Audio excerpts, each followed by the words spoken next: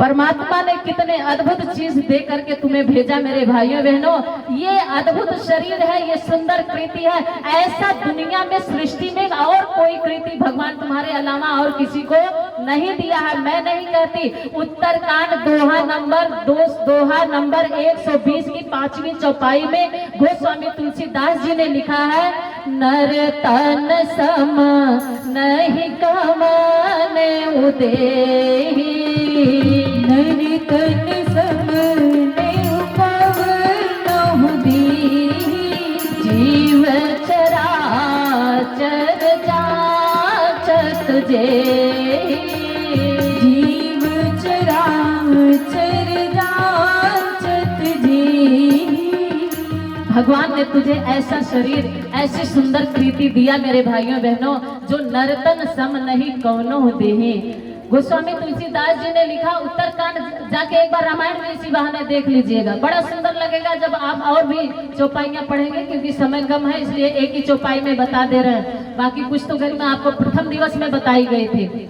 तो ऐसा सुंदर शरीर पा करके मात्र एक ही उद्देश्य है कि तुम इसकी कदर करो और माना हो तो मनुष्य की तरह, क्योंकि तुम एक महान हो, भारत की संतान हो, एक अच्छे नेक इंसान हो, और इंसान के साथ साथ तुम भगवान की औलाद हो, तुम भगवान के राजकुमार हो, तुम ईश्वर के परब्रह्म परमेश्वर के सिर मुकुट हो। तो तुम अपनी गौरव गरिमा को समझो। अगर नहीं समझेंगे मेरे भाइयों बहनों तो फिर और क्या आगे होगा, थोड़ा सा बता दें और आगे क्या होगा। अभी तो आप लोगों को गरिमा बताई गई है ना।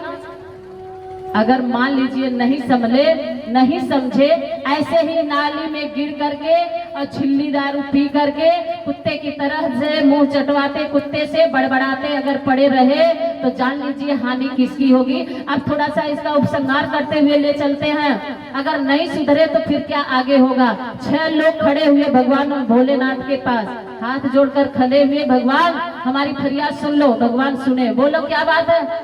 तो कौन कौन 6 लोग थे? लंगड़ा था, लूला था, अंधा था, बहरा था, गूंगा था, निर्बुद्ध था।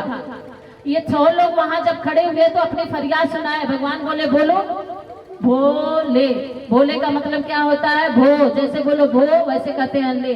जो भगवान के पास जाएगा मिल जाएगा, ये सोच करके गए। तो बोले क्या बात है बोलो। तो उन्होंने कहा प्रभु, लंगड़ा बोला मुझे एक बार पैर दे दो ना प्रभु, सलमार पर चलूंगा, अच्छी राह पर चलूंगा प्रभु, एक बार वादा करता हूँ। भगवान बोले ए मस्त ले लो। लूला बोला भगवान एक बार मुझे हाथ दे दो, इन हाथों से यज्ञ दान करूंगा, श्रेष्ठ कार्य करूंगा, एक बार मुझे हाथ दे दो। भगवान बोले ठीक है ले जाओ। बड़े सरलता से, भोले है ना, बड़े सरल है, दे दिए। अंधा कहने लगा प्रभु एक बार मुझे आंख दे दो, जीवन भर तेरी झांकी निहारूंगा, तुझे नहीं कभी भूलूंगा, तेरी सूरत निहारूंगा। तो बोले तू भी ले जाओ। गूंगा कहने लगा भगवान एक बार मुझे जीवा दे दो और जीवन भर तेरा गुणगान करूंगा, तेरा ही बखान करूंगा, एक बार मुझे जीवा दे दो। बहरा कहने लगा प्रभु एक बार मुझे कान में श्रवण शक्ति दे दो तो जीवन भर कथा सुनूंगा, प्रज्ञा पुराण सुनूंगा, शिव पुराण सुनूंगा, तेरा ही गुणगान बखान सुनूंगा। और निर्बुद्ध कहने लगा प्रभु एक बार मुझे बुद्धि दे दो, अपनी इस बुद्धि को सत्य में लगा करके, धर्म में लगा करके धर्म की वृद्धि करूंगा। भगवान सबकी फरियाद सुन करके सबको दे दिए। निर्बुद्ध को बुद्धि दे दिए, लंगड़े को पांव दे दिए, अंधे को आंख, सबको दे दिए। अब पाने के बाद सारे लोग देवाकलपुर में आ गए। आप लोग पूर्व जन्मों के क्या हो वही बता रहे हैं, कथा आपको बता रही कि आप पूर्व जन्मों के क्या है। वही 6 लोग हैं जो यहाँ आज लेकर के आए हैं। वही 6 लोग जो फरियाद किए तो वही आप लोग हैं और देवाकलपुर में लेकर के आए हैं। सबके पास हाथ है ना? उठा के बताइए, हाथ है ना? भगवान भोलेनाथ सुन लिए थे इसलिए सबको दे दिए। सबके पास पाँव है ना? पाँव मत उठाना भैया, पाँव ऐसे ही हम जान गए क्योंकि आप आए। तो सबके पास पाँव है, भगवान सुन लिए थे लंगड़ों की फरियाद, तो आप लोग को यहाँ भेज दिए दे करके। सबके पास आंखें हैं तो आंख भी दे करके भेज दिए, सब चीजें दे करके भेजे। यहाँ कोई नहीं ना वैसा है जिसके पास ऐसा कुछ नहीं है, तो सब तो आपको भगवान दे करके भेज दिए। लेकिन यहाँ आने के बाद फिर क्या होता है मेरे भाइयों बहनों? यहाँ आने के बाद सब वादा भूल गए। भगवान से क्या बोला था?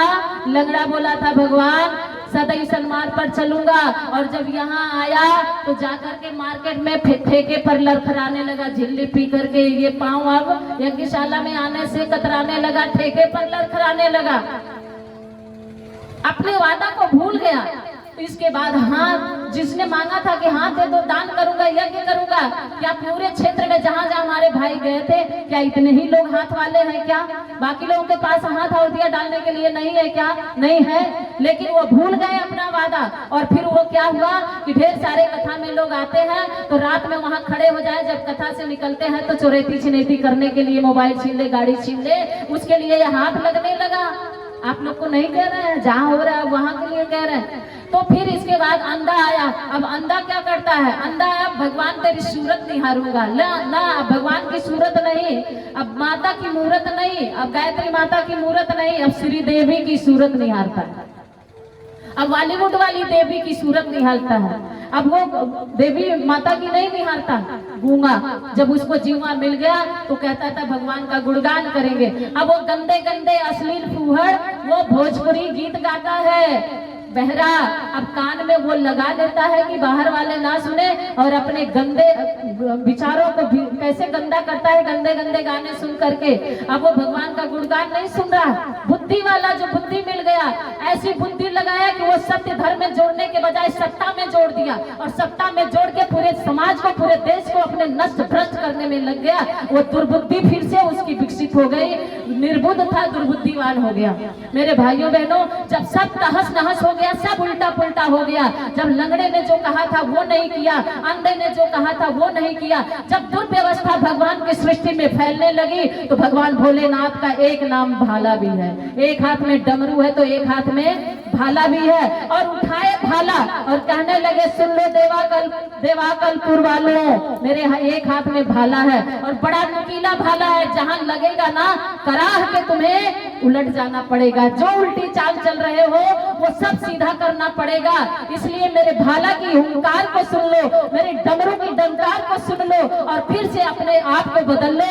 जो पांव मिला है जिस लिए, उस पांव को वहां से उपयोग कर दो। जो हाथ जिस लिए मिला है, जो वादा करके आए थे, उस वादा को याद करो और उस वादा के आधार पे अपना जीवन जियो।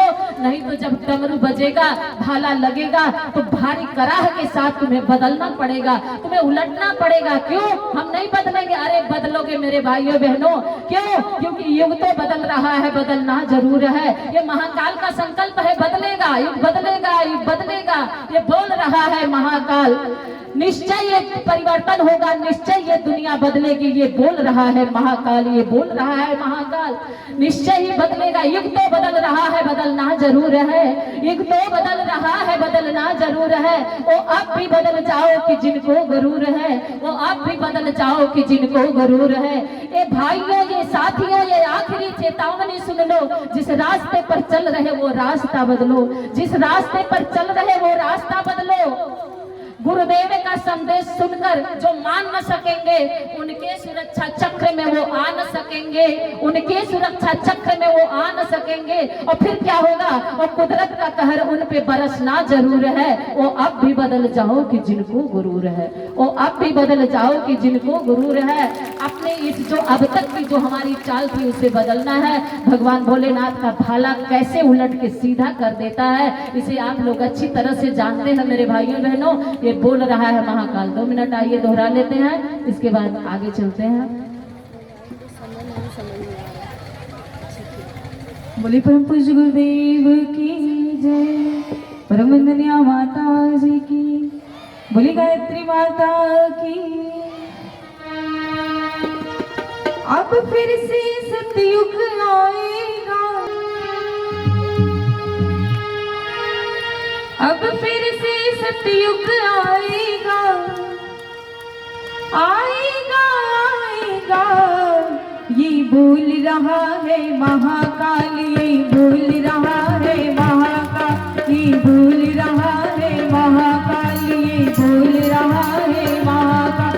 अब फिर से सतयुग आएगा, अब फिर से सतयुग आएगा, आएगा आएगा। ये बोल रहा है महाकाल, ये बोल रहा है महाकाल, ये बोल रहा है महाकाल, ये बोल रहा है महाकाल।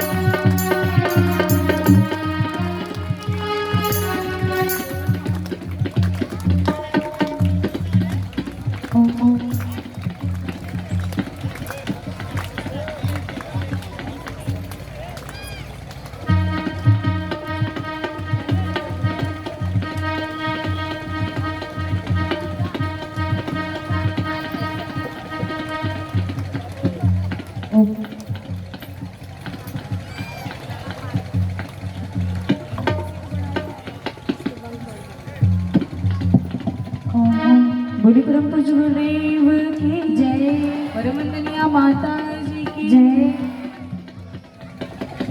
बोली गायत्री माता